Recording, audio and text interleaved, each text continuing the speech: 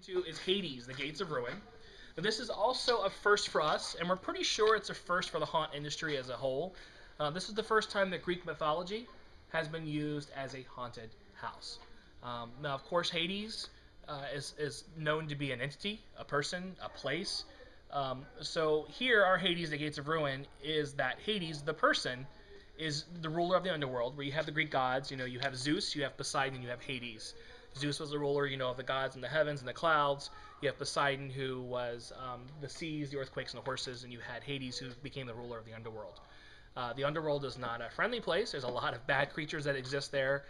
Even in Greek mythology, though, there are characters that have existed from the underworld. You may have known they were from there. Minotaurs. Cyclops, which is plural for Cyclops. So Cyclops is singular, but Cyclops, if you ever hear it, some people try to correct you, but Cyclops is plural. Medusa and the Gargons. Gargons are the people that have the snake heads. People are familiar with them, but they might not necessarily know they come from Hades or the underworld.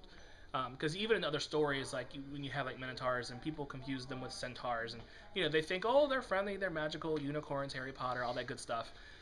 You know, typically those types of creatures came from the depths of Hades. And of course here you're entering right into Hades' mouth himself when you go in. The design here is made to look, you know, very underworld, a lot of ebony and coal, just kind of dark rock. And as you're going in, it's like these pyres are on fire here, burning at top. His eyes light up bright red, and there's smoke pouring out of both of his nostrils. So that's kind of the entrance into Hades. Now, when you first go in, you have, of course, as you enter Hades, if you're not familiar with Greek mythology, you enter Hades by crossing the river Styx. So this is supposed to be crossing the river Styx here. You'll have Hades' army greeting you as you come in. You have a scare actor up here that has a very nasty-looking scythe that he carries around. He's kind of he's kind of interesting looking. I like him. And then you have Charon, who right here comes out of this corridor. Now the actor playing him is 6 foot 8 inches tall, and he actually wears the mask above his head. It's attached to his shoulders. He looks out through the neck, and the mask is right up here, and it's attached to his jaw and his neck, so that he can move the mask the same way he moves his actual head. That's how he controls the head. He stands about 8 feet tall, because he's also on stilts, or not stilts, I'm sorry, but the rise from the mask sitting on top of him makes him about 8 feet tall. His eyes glow green, and he's the one that kind of takes you across, you know, on the ferry. And he's not too nice. I wouldn't want to run into him. But he just kind of saunters out. But to give you another idea of how he kind of went, oops, this isn't a full 8 feet. So when he stands up, he has to kind of come through like this. Because if he stood up entirely, he'd cut right through the sap.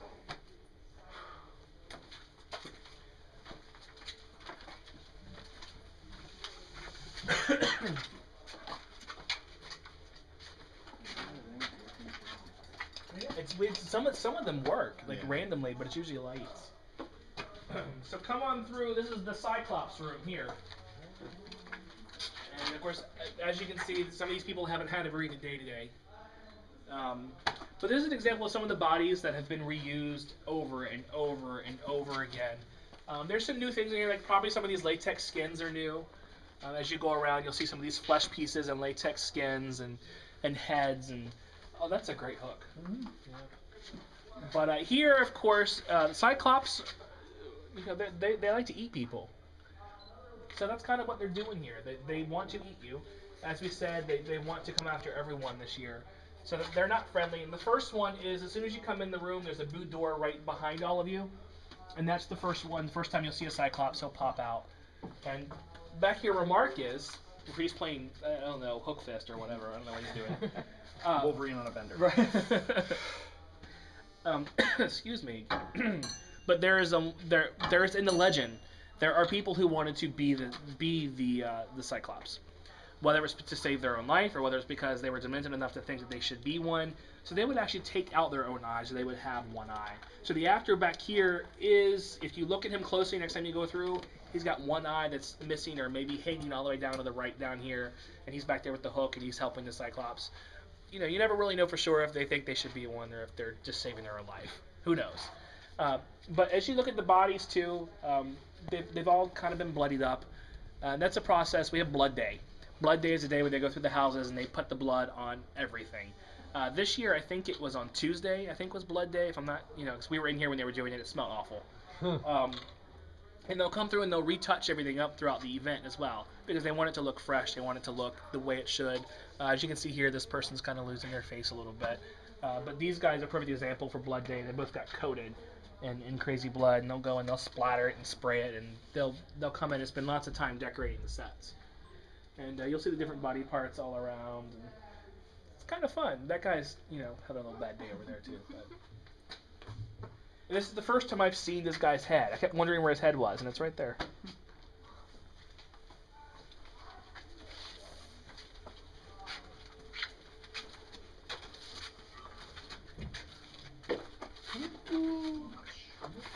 I know. Here's another perfect boudoir right there. Yeah, but they just have to clean all the bark out. Right. Now, as you're walking through, you will see all the mulch and the bark at the bottom. This house originally had that on the entire floor, but we found out that it wasn't really effective. It slowed people down, and it also wasn't effective for wheelchairs. So they scooted it off to the side, and it's not covering the entire floor in the house anymore.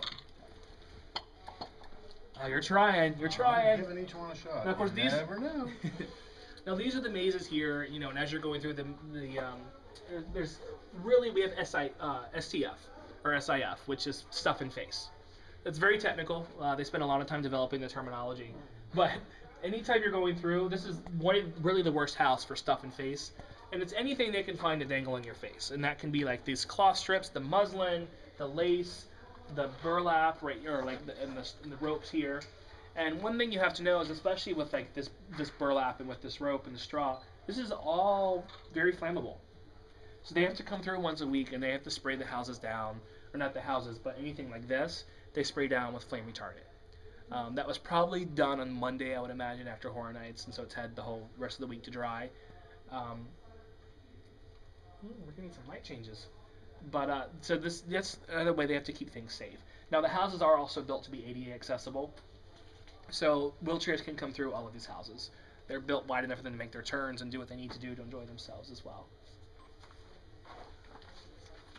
But as you can tell here, these skulls are all either going to be styrofoam or foam latex, like rubber. Some people bump into them, or if they run into them, it's not really going to hurt them. It might shock them, but I don't think it's going to hurt them. And if you look around at the walls, you can kind of see the construction. This construction is a little more solid as far as like the shapes they made. Probably because of the design, they were able to just kind of put the plaster effect right on top.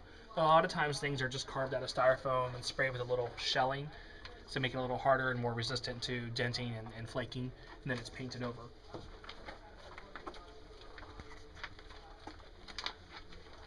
Now here's the chamber. For, of course, everywhere you go in every legend and myth and Greek mythology, there's always a room where the creatures are kept, the magical creatures. Here is where the Cerberus is kept, which is the three-headed dog. Of course, a lot of people think it might be Fluffy, but it's not. But that's kind of where Fluffy came from, the three-headed dog. And as you can see over here on the right, probably a pretty big neck, because those are big shackles. But he's gotten loose. No one knows where he is. So you really want to be careful, because you're not sure what's going to happen. And there's scare actors in here who are kind of the guardians of all the creatures that'll float in and out from the boo holes and the boo doors. And of course, people think something's going to happen here, so they're not paying attention to the scare actor over there or the one back here. And some more stuff in face. As you're coming through this next corridor, you'll see some more skins and body parts in the window here.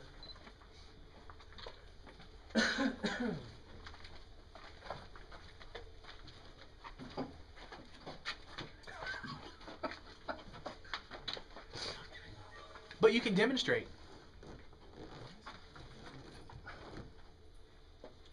Now, this is Medusa's room when you're first coming in, like the room of the Gargons or Medusa.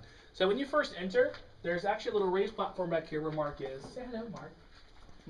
This is where the first time you'll see Medusa. She also has an actor-activated trigger. It's got sound in there and water effects. And when she leans over, wearing the mask, one of the elaborate masks that you have, you hear the snakes, and you hear this loud noise, and the strobes go off, and the snakes do spit water. So the snakes do spit on you. Or shoot a geyser of water at you. Yeah, like I got it right in the eye. So. All down on. And as you're coming in, of course, the story is that Perseus was able to behead Medusa, and the reason he survived was because he saw her reflection in his sword. He didn't actually stare at Medusa. Does anyone know who turned Medusa into a Gargon? Into Medusa? Athena. And when you go back to the legend and the lore, because Medusa slept with Athena's man. Oh. Yeah. So as people are coming through, they'll see a reflection in the shield over here. It is supposed to scare you, but just so you know, that is also one of the masks that are used in the houses by the actors. So you can kind of get a good look at how, I think the mask is beautiful, but how elaborate and detailed the mask is. And you can see it back there in the corner.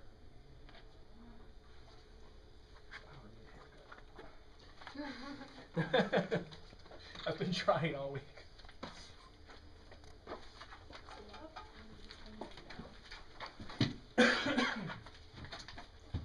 Now this is another, as you're coming up here, this is one of our new boo windows.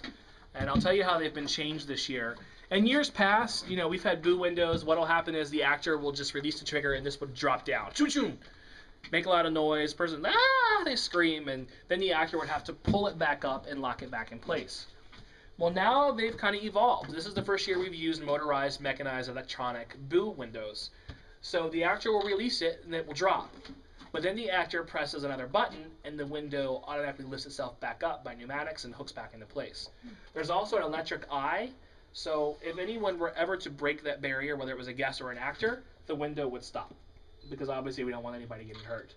These are in all the houses, and it's more effective and it's safer for everyone, including the actors. Because it could take, people were like spraining their wrists, you think about what goes on behind the scenes, and it really does take a lot of energy. They have to do it for, 20, 24, 25, 23 nights, depending on what year it is. It's a lot of, the smoke, after you inhale a lot of it, this is why I've got the cough. I mean, it'll go away, but I mean, it's just, when you go through the houses and you're screaming and it's late and, you're not sleeping normally, and there's all different reasons, but the actors, they're scare actors, they're really kind of beat up a little bit. They have the potential to get very hurt. Things have changed a lot for safety of the actors, which is why you'll see ride and show attendants with flashlights saying move along, because they have to put those measures into place. Some people think it ruins the house, that it ruins the scare, but you have to do it for the safety of the guests and the actors. Things have happened in the past that require us to move on and make changes like that to make everything safer. And of course, this is just one last scare here. But the floor itself does vibrate here in this area, and it's like Medusa's coming up to get you, and then she comes out of there and you hear the screams again and the snakes and all of that. So more stuff in face. And now we're heading over into the Minotaurs.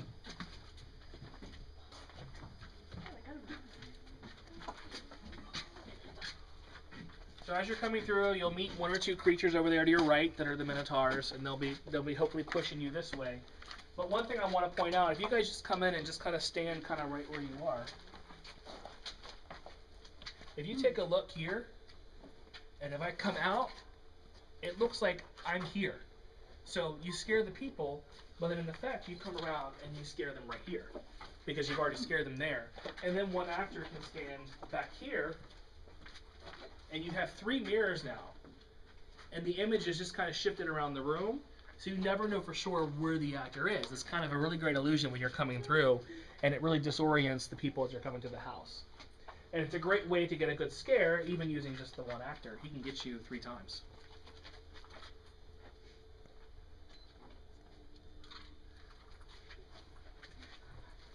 This is when we're going to the very heavy stuff in face.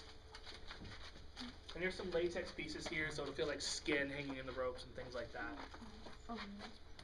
And this is, here's where we're supposed to find the Hydra. It's the Hydra Hallway. And if you see these holes here, it's actually where there are puppets, kind of like a puppet on people's hands, like masks on their hands, of the Hydra heads, and they can push them through and scare you that way. And of course there's a boo window right here. Ah, perfect example right there. And this here is, it looks to me like, I don't know if that was hand painted or laser printed. I'm not sure how this was done, but obviously it's supposed to look like mosaic, which is very common in the ancient Greek architecture. I think it's really neat because it really does look like mosaic.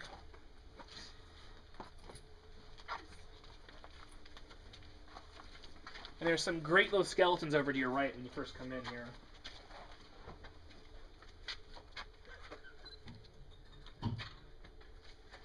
A for effort, mister.